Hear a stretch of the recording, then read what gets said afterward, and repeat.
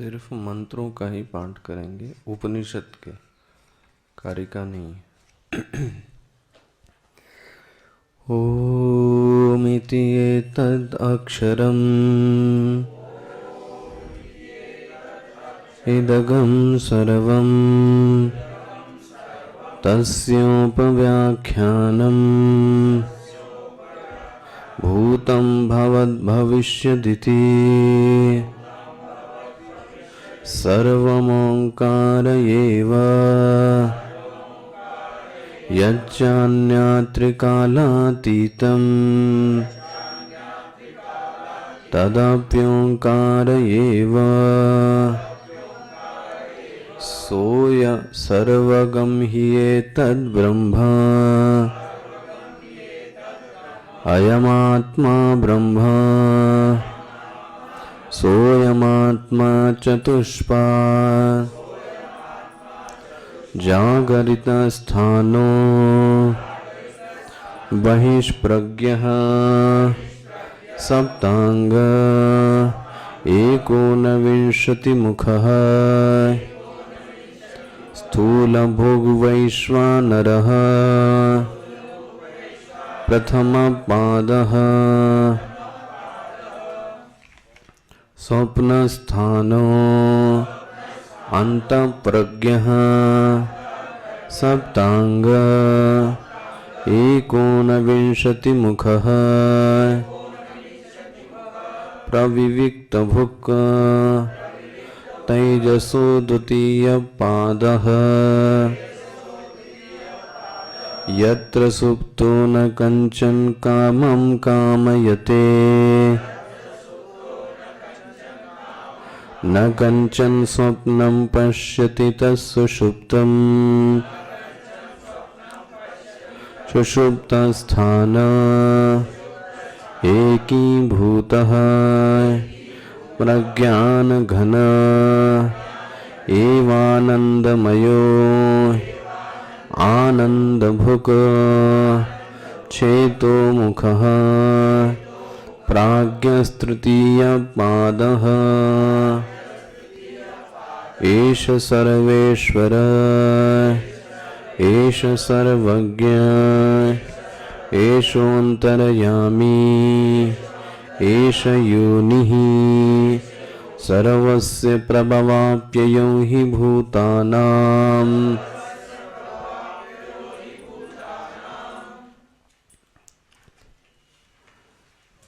न अन्तःप्रज्ञं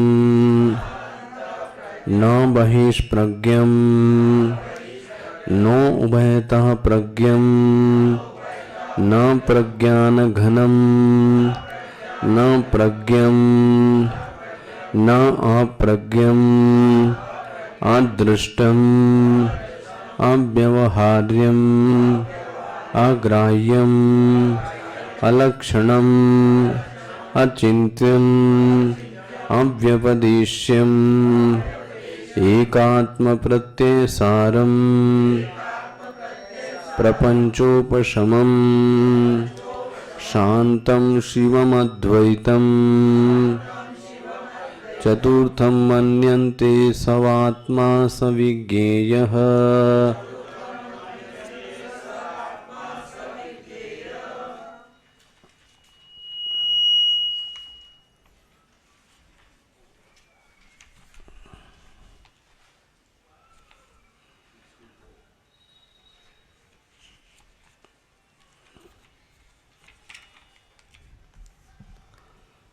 सोऽयमात्मा अध्यक्षरम् ओंकारो अधिमात्रम् पादामात्रा मात्राश्च पादा अकार उकारो मकार इति सोऽयमात्मा अध्यक्षर सोऽयमात्मा अध्यक्षरम् ओंकारो अधिमात्रम् पादामात्रा मात्राश्च पादा आकार उकारो मकार इति जागरितस्थानो वैश्वानरः अकारः प्रथमं मात्रा आप्ते रतिम आदित्वत्वम आपनोति प्रथमं मात्रा आप्तेः आदिमत्वा आपनोति हवै सर्वान् कामान् आदिश्च भवति य एवं वेद स्वप्नस्थान तैजस उकारो द्वितीय मात्रा कार्षु भयत्वादुत्कर्षति हवै ज्ञान संततिं समानश्च भवति न अस्य ब्रह्मवित्कुले भवति य एवं वेद सुषुप्तस्थानः प्राज्ञो मकारस्तृतीया मात्रा मितेः अपीतेः वामिनोति हवा इदगम सर्वम अपीतिश्च भवति य एवं वेद।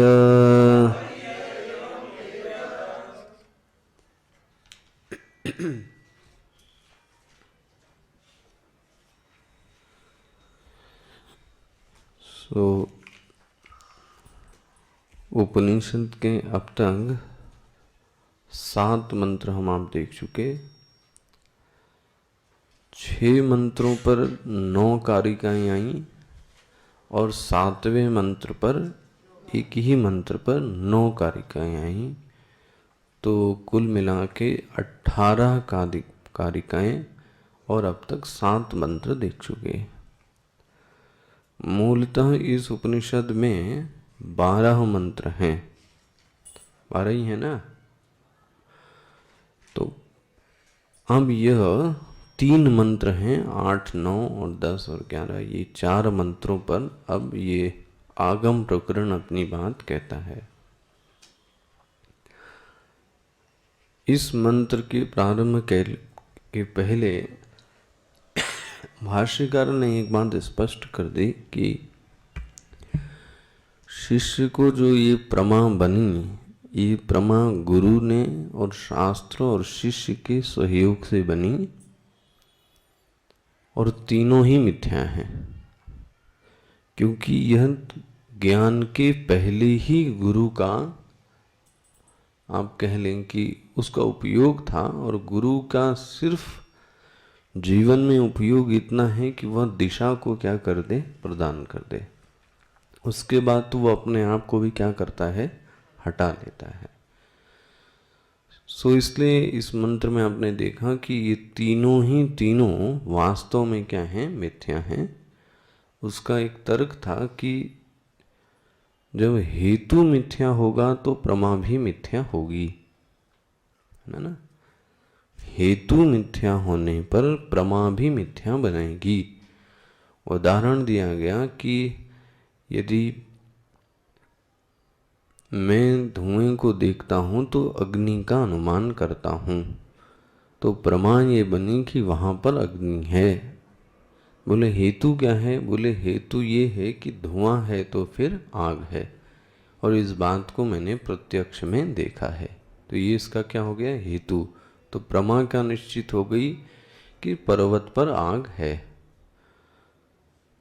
विरोधी पक्ष क्या कहता है कि जब आपका हेतु ही गलत है, हेतु कौन है, गुरु और शिष्य ही मिथ्या हो गए, तो फिर प्रमा भी कैसी हो जाएगी, मिथ्या। तो ये ज्ञान भी आपका खंडित है, ये ज्ञान कोई ठीक नहीं है। जब गुरु ही सत्य नहीं है तो गुरु का बोला गया ज्ञान भी सत्य नहीं है। भाष्यकार ने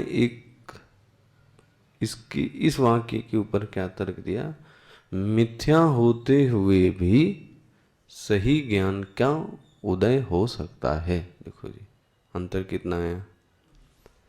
उसने क्या बोला था, यदि हेतु गलत है तो प्रमा भी गलत होगी, है ना। हेतु गलत है तो प्रमा भी गलत होगी। भाष्यकार कहते हैं ऐसा नहीं है, मिथ्या हेतु होते हुए भी सही प्रमा की उत्पत्ति होती है। दृष्टांत क्या दिया, प्रतिबिंब। मैं अपने आप को देखता कहाँ हूं, जहां मैं नहीं हूं, है ना। मैं अपने आप को प्रतिबिंब में देखता हूं और बिंब में सुधार करता हूं। अरे सुधार करना ही है तो डायरेक्ट अपने आप में कर लो। व्यक्ति नहीं करता, पहले किसको देखता है, प्रतिबिंब। अब प्रतिबिंब तो मिथ्या है, ये बात तो मेरे ख्याल से समझ में आ गई होगी कि प्रतिबिंब मिथ्या इसलिए है कि वो वहां दिख रहा है जहां पर वो है नहीं। लेकिन प्रतिबिंब मिथ्या होते हुए भी बिंब का ज्ञान कराने में सक्षम है। तो मिथ्या हेतु होते हुए भी सही प्रमा का ज्ञान हो सकता है। तो गुरु शिष्य और शास्त्र यह विकल्प मिथ्या होते हुए भी ठीक ज्ञान कराने में सक्षम है। इसलिए गुरु और शास्त्र एक सीमा तक उपयोग है, उसके बाद तो ये इनका अस्तित्व ही नहीं है, ये तो कल्पना मात्र है। हो गया ना, ये प्रकरण यहाँ पर समाप्त हो गया था। संगति आगे के मंत्र की लगाते हैं कि देखना कहाँ से कल मैं बोल रहा था, तत्व ज्ञान समर्थानाम। तो जो लोग तत्व ज्ञान में समर्थ हैं, ठीक है ना, यहां से देखना पेज नंबर 64 का लास्ट पैरा टीका में, जो तत्व ज्ञान में समर्थ लोग हैं उनके लिए अभी तक बोला गया, देखो बोला जाएगा नहीं, बोला गया। बोले क्या बोला गया, बोले अध्यारोप और अपवाद की शैली से उनके लिए ज्ञान को बोला गया। इसको बोल सकते हैं अभिधेय की प्रधानता से उनके लिए बोला गया। जरा नाम देखना बदल रहा हूं मैं। एक होता है अभिधान और एक होता है अभिधेय, है ना। ये अब यही शब्द आएंगे, ध्यान रखना। एक शब्द आएगा अभिधान और एक शब्द आएगा अभिधेय। अभिधान मतलब नाम, लेकिन जिसका ये नाम है वो क्या कहलाएगा, वो अभिधेय। तो घट अभिधान है, लेकिन जो वास्तव में घट है वो क्या कहलाएगा, अभिधेय। देखो जो आपका नाम है वो क्या कहलाएगा, अभिधान। लेकिन इस नाम से जिसको इशारा किया जाता है वो क्या कहलाएगा, अभिधेय। क्लियर हो गया ना। इसी को आप सरल भाषा में कह सकते हैं कि एक नाम है और एक नामी। हो गया, जिसका ये नाम है वो नामी कहलाता है, वो पर्सन, वो व्यक्ति, वो वस्तु। लेकिन उस वस्तु को इशारा करने के लिए एक नाम की जरूरत पड़ती। भाई मनुष्य तो सभी हैं, ठीक है, सच्चाई तो यही। लेकिन अब उन मनुष्यों में भी मतलब मान लीजिए पशु सभी हैं, ठीक है, लेकिन अब चींटी अलग पशु है, तो गाय अलग पशु है, तो शेर अलग पशु है। देखो जी, या ऐसा कह लो और सुनो, जीव, जीव मतलब, जीव मतलब जो जीते हैं वो जीव, तो जीते तो आप भी हैं और जीते तो पशु भी हैं। देखो जी, पाना ना। तो जीव कहने से ही काम नहीं चला, तो बोले जीव में फिर 4 पैर वाले और 2 पैर वाले लोग, ऐसा विभाग करना पड़ा। सभी को जीव कहाँ जा सकता है, लेकिन एक की मनुष्य की ओर इशारा करने के लिए क्या इशारा किया गया? द्विपाद, और एक को क्या बोल दिया गया? चतुष्पाद। हो गया कि नहीं? तो इसको क्या बोलेंगे? अभिधान। जिसकी ओर इशारा किया गया उसको क्या बोलते हैं? अभिधेय। तो अभी तक, अब तक जो आपने पढ़ा वो किसके लिए था? समर्थ लोगों के लिए था। अब ये पारिभाषिक शब्द है, और उन समर्थ लोगों के लिए जिस शैली से ज्ञान कराया गया उस शैली को बोलते हैं अध्यारोप और अपवाद। मिला अपवाद का क्या शब्द है इंग्लिश में? नहीं ढूंढा। तो अभी तक इस शैली से ज्ञान कराए, इसी को दूसरे शब्दों में क्या बोल सकते हैं? अभिधेय की प्रधानता से ज्ञान कराया गया। अच्छा जी, अभी अध्यारोप मतलब क्या? अध्यारोप मतलब क्या? कोई भी अध्यारोप हमने अपने आप नहीं डाला है, ध्यान रख लेना जरा। अध्यारोप नैसर्गिक है। मैं करता हूं, मैं भोगता हूं, ये आरोप क्या हमने लगाया? सोचो। अरे जब से मैंने जाना तब से मैं अपने आप को करता और भोगता महसूस करता हूं। देखो, किसी आरोप को हमने जन्म नहीं दिया, इसलिए क्या होगा? जो अध्यारोप है वो नैसर्गिक है। नैसर्गिक मतलब प्राकृतिक। प्राकृतिक, इसको पैदा नहीं किया हमने। ध्यान से समझना ये चीज। अच्छा, अध्यारोप की जो जड़ है वो कौन है? अविद्या। यही तो है ना। अविद्या नैमित्तिक है कि स्वाभाविक है?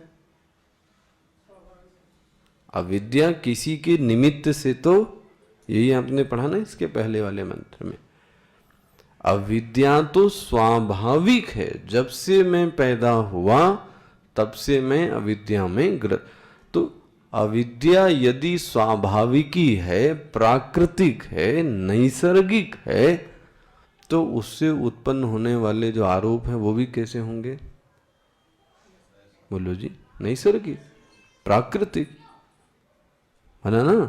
तो अध्यारोप किसी की कमाई हुई चीज नहीं है, ध्यान रखना। जब से पैदा हुए तब से ये अध्यारोप तो हमने अपने ऊपर कर ही लिया। किसके कारण? अविद्या के कारण। अभी ये तो यहां समय नहीं है। वेदांत में 2 मत हैं अविद्या के ऊपर। वेदांत में ही 2 मत हैं, ध्यान रखना। अब वो टेक्निकल हो जाएगा आपके लिए। एक को बोलते हैं विवरणकार और एक को बोलते हैं भामतीकार। ये दोनों के नाम हैं, विवरणकार और भामतीकार। अब क्या है अंतर, आप ये समझ लेना बस। एक कहता है अज्ञान अपने आप में भावात्मक चीज है, एक कहता है अज्ञान अभावात्मक चीज है। देखो जी, ये कहीं के नहीं, वेदांत के ही 2 अपने आचार्यों में ही विभाग हो गए। किसी के और ऊपर आप मत कह देना। एक विवरणकार हैं तो एक भामतीकार हैं। एक बोलते हैं ज्ञान के अभाव का नाम अज्ञान है, तो इसको ही बोलते हैं अभावात्मक। और एक क्या बोलते हैं, नहीं, अज्ञान अपने आप में एक चीज है जो ज्ञान के अभाव का नाम नहीं है। देखो जी, ज्यादातर हम लोग जिस मत में समझ में आता है वो तो ये लगता है कि अज्ञान भावात्मक चीज है, अभावात्मक नहीं है। अब इसमें बड़ा डिस्कशन होता रहता है, इसीलिए इसको दो वाद बना दिए गए और अपनी अपनी जगह दोनों क्या हैं, ठीक है। लेकिन एक बात पे सबकी सहमति है, सहमति इस बात पर है कि अविद्या नैसर्गिक है। अब पता नहीं कि कितने लोगों ने पढ़ा होगा, यहाँ मैंने पढ़ाया है शायद, विवेक चूड़ामणि पढ़ाया है शायद, है ना, विवेक चूड़ामणि, उसमें आया पढ़ाया, उसमें आया है कि ये बंधन कहाँ से आया, बंधन क्या है, कथम एष आगतः, तो वहां एक ही उत्तर दिया गया बस। ये बंधन कहाँ से आया, ये बंधन क्या है, इसको किसने भेजा, बोले बंधन का जीवन क्या है, बंधन कब तक रहेगा। तो उत्तर क्या दिया गया पता है, विचारा भाव जीवनः, व्यक्ति बंधन में तब तक है जब तक विचारों का अभाव है। क्या बोला गया, विचारा भाव जीवनः, जब तक विचारों का अभाव है तब तक व्यक्ति किस में है, बंधन में है। जिस दिन वो विचार करता है उस दिन वो बंधन से क्या हो गया, आजाद हो गया। देखो हुआ कि नहीं, जरा समझना है इस चीज को, क्या कहा गया। अपने आप में कोई चीज नहीं है, विचार कर लिया जाए तो खत्म, नहीं विचार किया जाए तो इसकी सत्ता जीवित है। खैर ये एक सब अलग विषय है वेदांत का।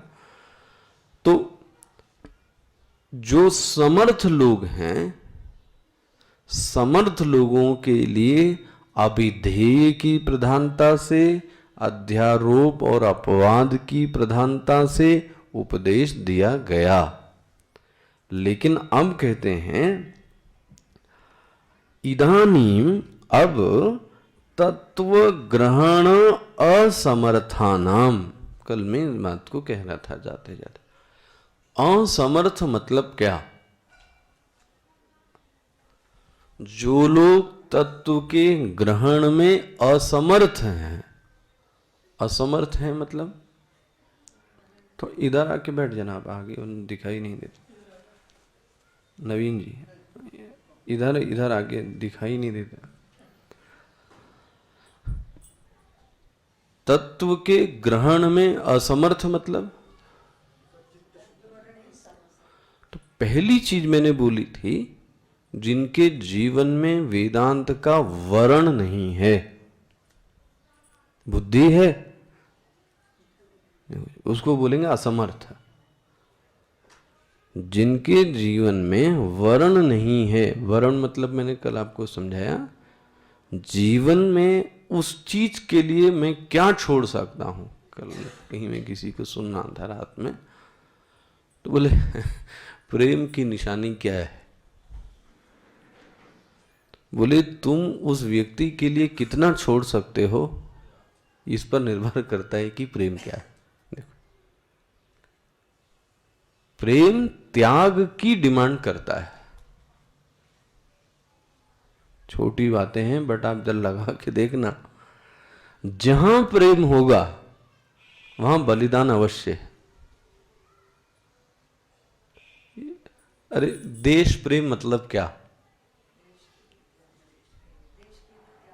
मतलब ये व्यक्ति, ध्यान से समझना, ये व्यक्ति देश प्रेमी है। कैसे सिद्ध हो गया, टोपी पहन ली, तमगा लगा लिया, इसलिए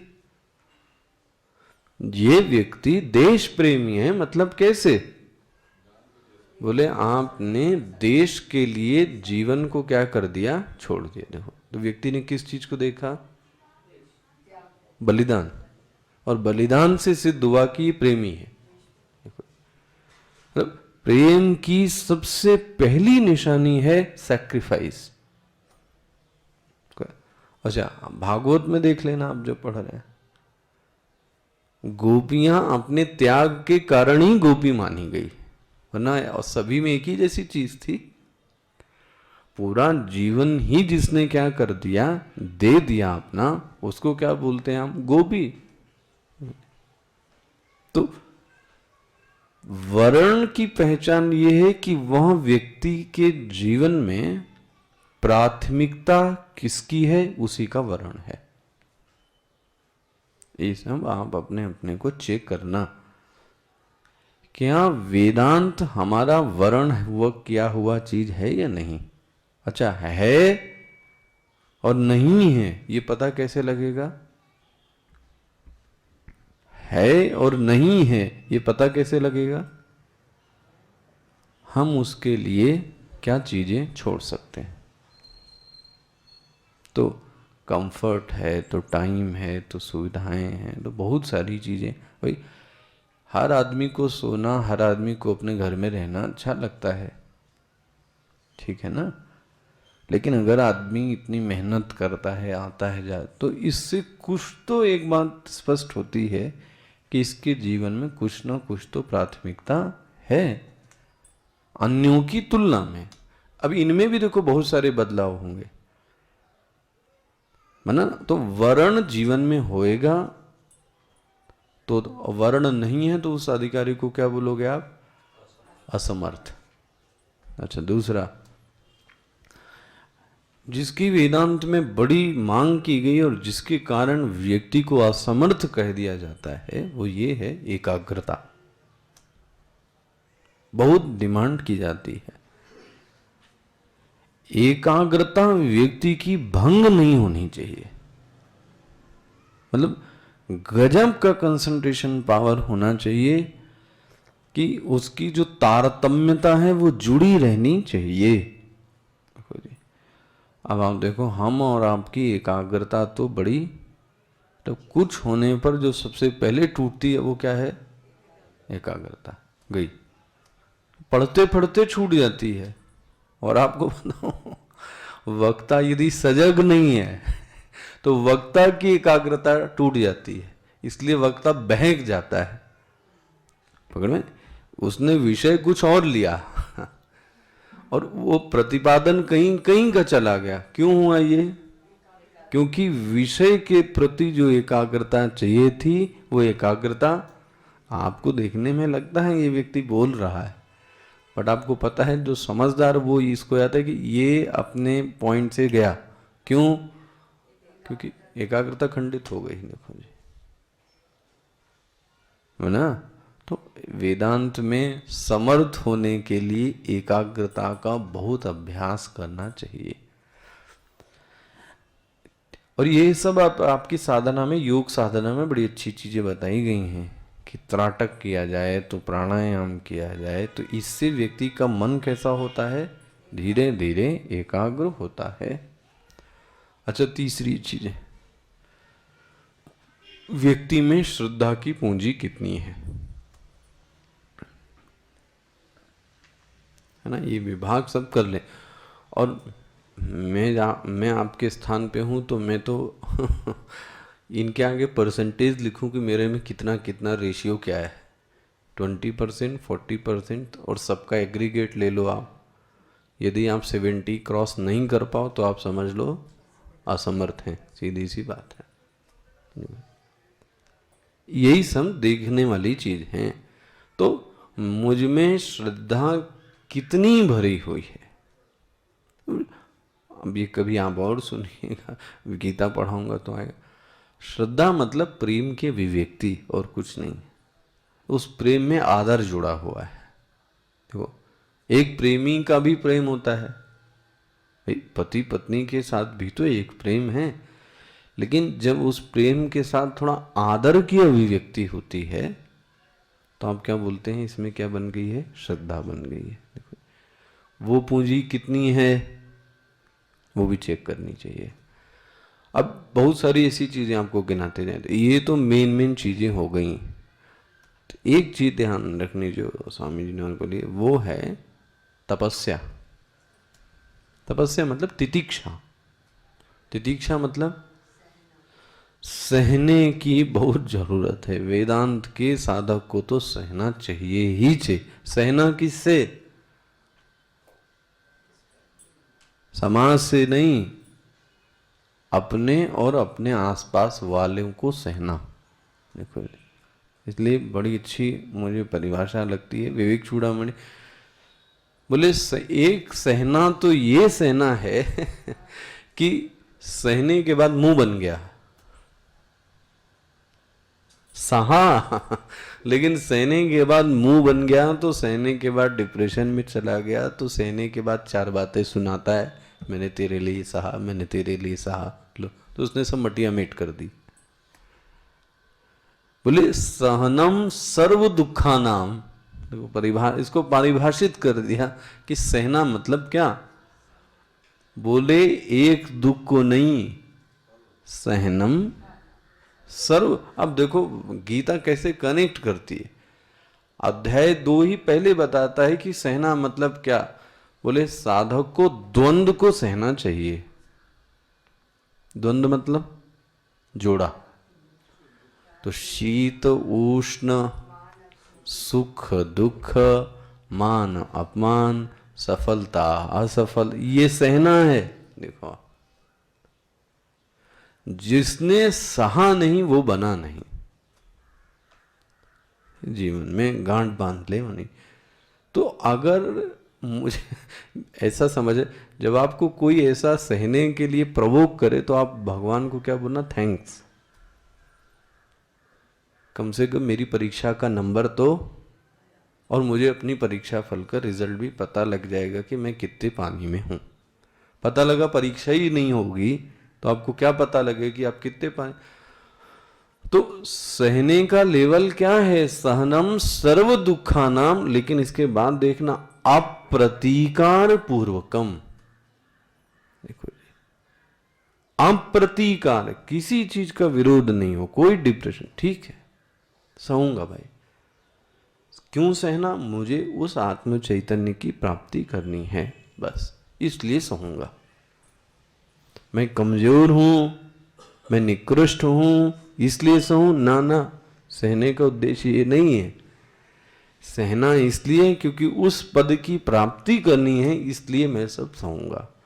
सहनम सर्व दुखानाम अप्रतीकार पूर्वकम। देखो अब अच्छी बात बोली, बोले चिंता विलाप। देखो व्यक्ति सहने में क्या करता है, रो देता है। चिंता विलाप सहितम नहीं, रहितम सा तितीक्षा निगद्यते, उसको तितीक्षा कहते हैं। ये विवेक चूड़ामणि में आई, देखो हुआ। तो बोलते हैं इदानीं तत्व ग्रहण असमर्थानाम अधिकारीणाम, मिल गया, आत्म ध्यान। देखो विधानाया आरोप दृष्टिम एव, अपवाद नहीं बोला, क्या बोला है, आरोप दृष्टिम एवं अवष्टभ्य, इसको बोलते हैं अवष्टभ्याम व्याचष्टते अभिधेय इति आदिना अध्यक्षरम इति व्याकरोति अक्षरम। ये तो फिर भाष्य आया है इसके बाद में, हो गया। बोले अब इन लोगों के लिए अभिधान की प्रधानता से कुछ बातें कहने जा रहा हूं। उनके लिए कैसे बोला था, अभिधेय, तो इनके लिए क्या बोल रहे हैं, अभिधान। उनके लिए क्या था, अध्यारोप और अपवाद। इनके लिए अपवाद तो करना ही नहीं है अपवाद नहीं कर सकते, इनके लिए क्या करो, आरोप हुआ। अब कभी अब गीता में मैंने शायद पढ़ा है, आरोप के भी कई प्रकार होते हैं। एक नैसर्गिक आरोप है जिसको मैं कह रहा था, लेकिन एक शास्त्रीय आरोप भी है। शास्त्रीय आरोप मतलब शास्त्र ने हम पर आरोपित किया, क्या बोले मैं साधक हूं, ये जन्मजात तो नहीं था ना, तो ये किसने बनाया आपको, शास्त्र ने। आप गुरु हैं तो आप शिष्य हैं, ये आरोपित किसने किया, शास्त्र। इसको बोलेंगे शास्त्रीय आरोप, हुआ कि नहीं हुआ। एक संस्कार के कारण, तो तुम ब्राह्मण हो, तो तुम क्षत्रिय हो, तो पैदा होते ही हम अपने आप को ब्राह्मण नहीं मानते है ना। जो पैदा होते ही मैं अपने आप को मानूं, वो कौन से आरोप हैं? नैसर्गिक। तो मैं मनुष्य हूं, तो मैं करता हूं, तो मैं भोगता हूं। भोक्तापन कोई सिखाता नहीं है, भोक्तापन अपने आप। आपको कर्तापन किसने सिखाया? ये अपने आप ही पैदा हो गया। तो जो बाधा डालने वाला है वो शास्त्रीय आरोप नहीं है। जो बाधा डालने वाली चीज है वो कौन सी है? नैसर्गिक। तो ये आत्म चैतन्य पे ये जो आरोप है ये बाधा डालता है। अच्छा जी, अब इस मंत्र का जरा अर्थ देखें, क्या कहते हैं। सोयमात्मा, देखो जी, अध्यक्षरम ओंकार अधिमात्रम पादा मात्रा मात्राश्च पादा अकार उकार मकार इति। यह वह आत्मा अक्षर के अनुरोध से ओंकार स्वरूप है। और ये कौन, किसकी बात की जा रही? ओम की। अच्छा जी, यह माताओं का आश्रय करके स्थित रहता है। देखो इसका मतलब इसकी क्या हुई? मात्राएं हुई। अब ये सब टेक्निकल बातें बाद में डिस्कस करेंगे। अच्छा जी, इसलिए आत्मा के पाद ही ओंकार की मात्राएं हैं। आत्मा के पाद ही। तो देखो इसलिए क्या बोला? पादा मात्रा, ओंकार के जो पाद हैं वही मात्रा हैं। लेकिन दूसरी बार क्या बोल दिया? दूसरी बार क्या बोला? मात्रांश पादा। पहले क्या बोला? जो ओंकार के पाद हैं वही मात्रा हैं। अब क्या बोलते हैं? जो मात्रा है वही पाद हैं। ध्यान से समझना, जो पाद है वही मात्रा है, जो मात्रा है वही पाद है। मात्राश्च पादा। अच्छा जी, बोले ओंकार की मात्राओं के आत्मा के पाद क्या क्या हैं? बोले अकार उकार मकार। अब हो गया, जरा समझना, यही तीन पाद हैं और यही तीन को क्या बोलते हैं? मात्रा। आकार उकार मकार, यही तीन चरण हैं और यही तीन क्या हैं? मात्रा। जरा भाष्य देखना। अब तक हमने जिस ओंकार रूप चतुष आत्मा की को वाच्यार्थ की प्रधानता से बताया है, वह या आत्मा अधिक्षर स्वरूप है। अक्षर का आश्रय लेकर जिसे नाम की प्रधानता से बतलाया, देखो जो नाम की प्रधानता से बतलाया जाए उसे अधि अक्षर कहा जाता है। मिल गया आपको? ये किसकी प्रधानता से? नाम की प्रधानता से बताया जाए उसको क्या बोलते हैं? इसीलिए क्या आया आपके? सोयमात्मा अध्यक्षरम। मंत्र में शब्द क्या आया? अध्यक्षरम। अभिधेय नहीं। इशारा कहां, ये नहीं कहा जा रहा है। ध्यान रखना, साधन की बात की जा रही है। पहले ही मैंने बोला अभी दो चीजें, एक अभिधेय की प्रधानता से, एक अभिधान की।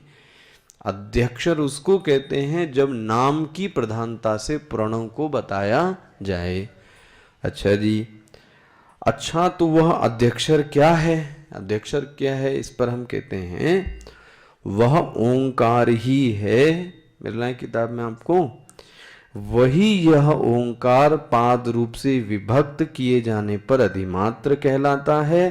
देखो उसी ओंकार को जब पाद रूप में विभक्त कर देते हैं तो उसको क्या बोलते हैं? अधिमात्रा। मात्रा का आश्रय लेकर जो रहता है उसे अधिमात्र कहते हैं। कैसे? आत्मा के जो पाद हैं वही ओंकार की मात्राएं। मैंने यही बोला ना, पाद बराबर मात्रा और मात्रा बराबर पाद। पाद कौन से हैं? आकार उकार और मकार। तो यही इसकी मात्रा है।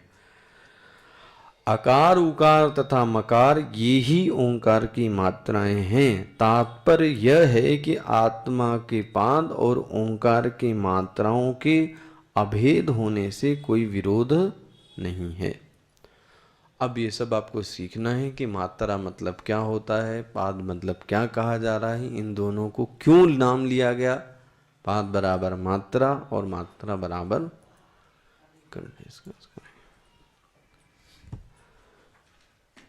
ओम पूर्णमदः पूर्णमिदं पूर्णात् पूर्णमुदच्यते पूर्णस्य पूर्णमादाय पूर्णमेवावशिष्यते। ओम शांति शांति शांति। हरि ओम। श्री गुरुभ्यो नमः। हरि ओम।